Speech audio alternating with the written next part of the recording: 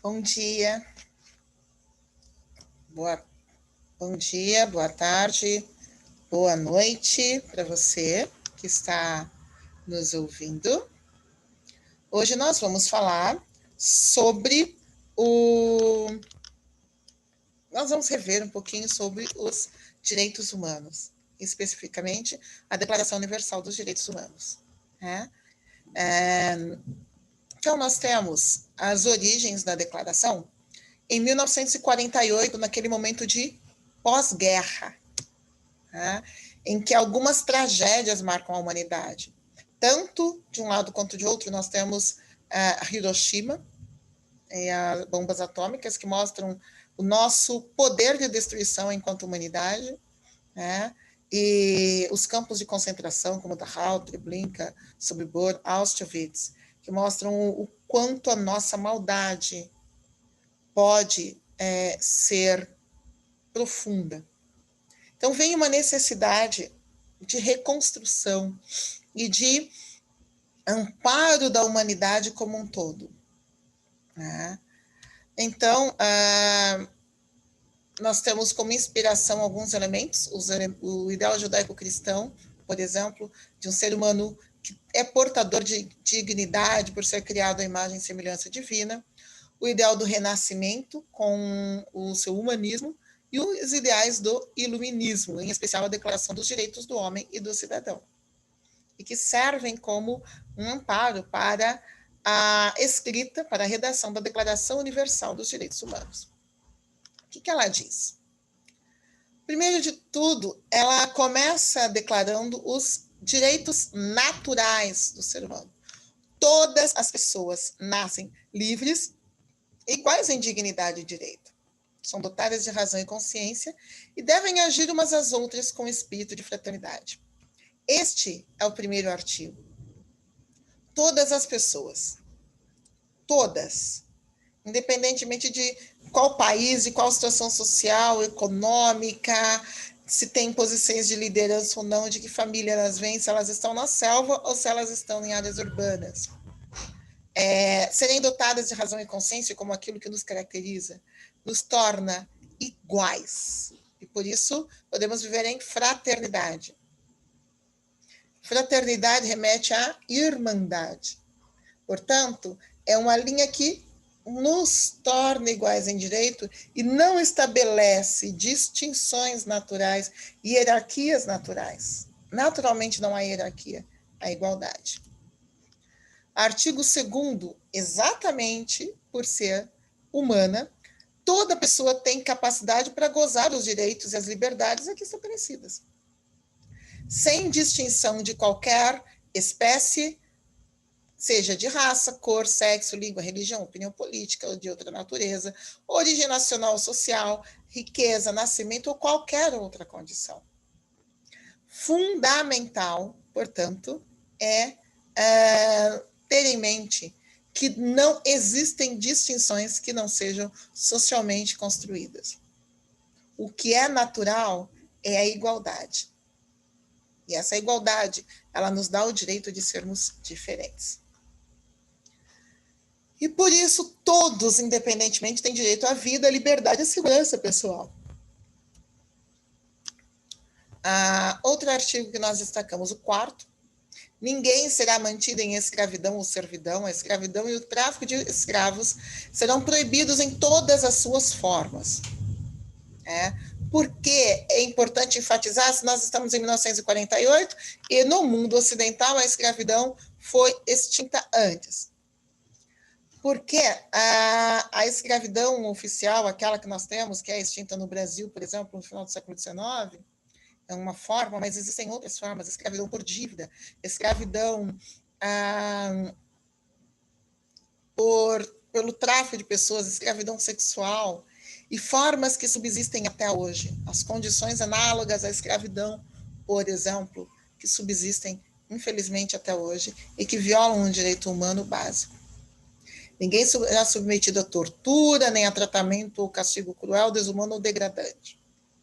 Sabe? Quando você vê aquela cena de que alguém pisa em alguém no mercado, isto é desumano Isso viola a Declaração dos Direitos Humanos. Isso viola a nossa dignidade como humanidade. Não é apenas aquela pessoa que diz eu não consigo respirar. Nenhum de nós pode respirar quando um não pode, porque teve seus direitos violados. Ninguém deve ser submetido à tortura, não importa o objetivo. Isso viola a nossa humanidade. Toda pessoa tem o direito de ser em todos os lugares reconhecida como pessoa perante a lei. Não importa a cor, não importa o gênero. Não se pode fazer distinção por religião, por gênero, o que for. Isso viola os direitos humanos. Por quê? Artigo 7º, todos são iguais perante a lei e têm direito sem qualquer distinção à igual proteção da lei. Todos têm direito à igual proteção contra qualquer discriminação que viola a presente declaração e qualquer incitamento a tal discriminação. Então, vejam, há o direito universal da proteção da lei, de não ser discriminado e de também não ser objeto de alguém que incite essa discriminação. Quando você ouve dizendo, não, os direitos humanos são para os humanos assim ou assado, querendo dizer que existe algum grupo que não está incluído aqui, isso viola a própria declaração, sim. E é por isso, por exemplo, que nós temos em alguns exames para ingresso em universidades, muito expresso que qualquer forma de escrita que incite a discriminação anula uma prova, anula um texto, porque viola os direitos humanos. O fundamento está aqui. E depois aqui, outro artigo para a gente pensar, e para a gente destacar, é o artigo 8. Toda pessoa tem direito à liberdade de pensamento, consciência, religião, e esse direito inclui a liberdade de mudar de religião ou crença, e a liberdade de manifestar essa religião ou crença pelo ensino, pela prática, pelo culto, pela observância, isolado ou coletivamente, em público ou particular. Qualquer que seja a sua religião ou a minha, nós devemos ter o direito igual de professar e de exercer, seja privadamente na minha casa, seja em público. Esse direito é um direito humano básico. E de mudar de religião também. Ninguém pode estabelecer uma religião oficial que obrigue as pessoas a segui-la, porque isso viola os direitos humanos. Eu sei que você está pensando que existem lugares que fazem isso. Sim, e é uma violação muito grande. Artigo 19. Toda pessoa tem direito à liberdade de opinião e expressão. Esse direito inclui a liberdade de, sem interferência, ter opinião e procurar receber, transmitir ideias por quaisquer meios, independentemente de fronteiras. Sim, falar e ouvir e não ser censurado é um direito humano. De onde vêm todos esses direitos? Quais são os seus fundamentos? Nós temos alguns na própria antropologia filosófica, em que a gente tem uma definição de humano que nos iguala e nos diferencia ao mesmo tempo, como a Hannah Arendt nos lembra, né? Os homens e não o homem habitam o mundo. Lembrando que quando eu coloco homens, né, seres humanos, aqui a fala é de que há uma definição em comum a todas as pessoas, uma definição de humanidade. Todos são portadores.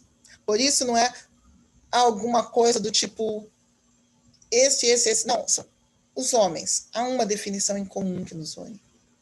Ao mesmo tempo, tem os, ou seja, há uma pluralidade de formas de existir enquanto humanos, a diversidade. O direito à diferença faz parte da nossa humanidade. Ok? Então, nós vamos ter aqui a liberdade e a igualdade. Nós nascemos igualmente livres, né? Está lá no primeiro artigo.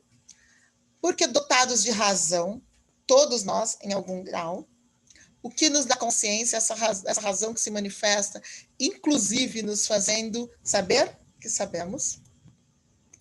Autonomia, capacidade que nós temos de, pela razão, analisar uma situação, julgar, decidir, legislar. Dignidade, somos todos portadores de dignidade, porque temos razão, temos liberdade, temos consciência, temos autonomia. E esses são direitos naturais. todo mundo nasce igual e nasce livre, como o primeiro destaque que fizemos, e que amparam os direitos políticos.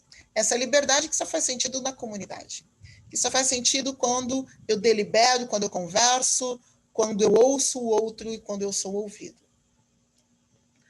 Outro ideal que nós temos que ampara a declaração, que a gente mencionou lá no início, são os ideais judaico-cristãos do Gênesis, de uma humanidade que é imagem e semelhança divina. Esse ideal que acompanha durante muito tempo as religiões judaico-cristãs, ele transmite a ideia da sacralidade do ser humano.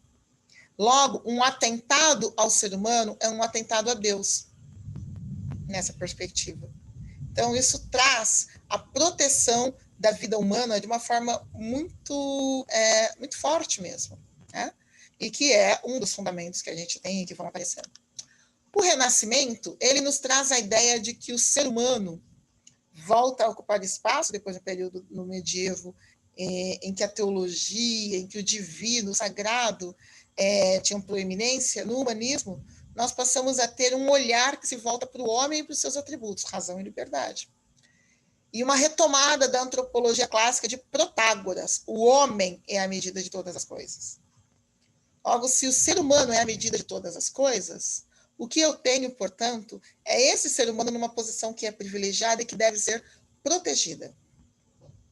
Isso acaba influenciando muito o iluminismo, né? Kant, que a gente já viu, traz a formulação de um ser humano que é dotado de liberdade, razão e dignidade, todo ser humano, e, portanto, todos os seres humanos são iguais.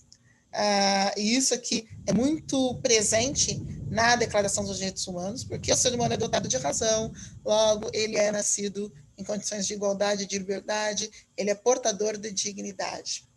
Essa é uma influência muito forte na Carta.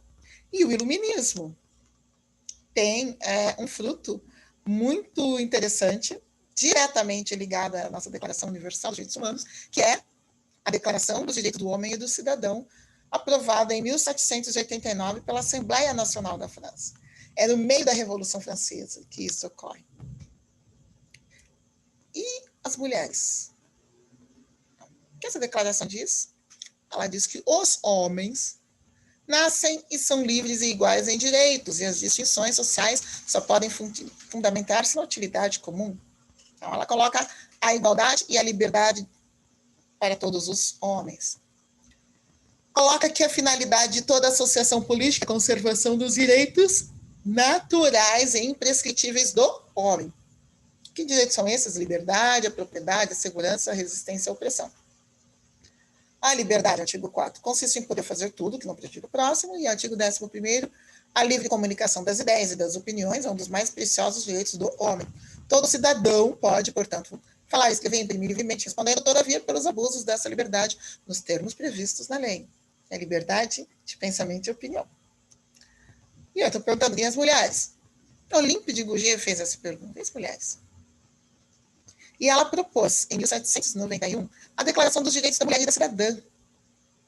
E o que essa declaração dizia? Primeiro de tudo, colocar, as mulheres também devem ter direitos, os mesmos que os homens.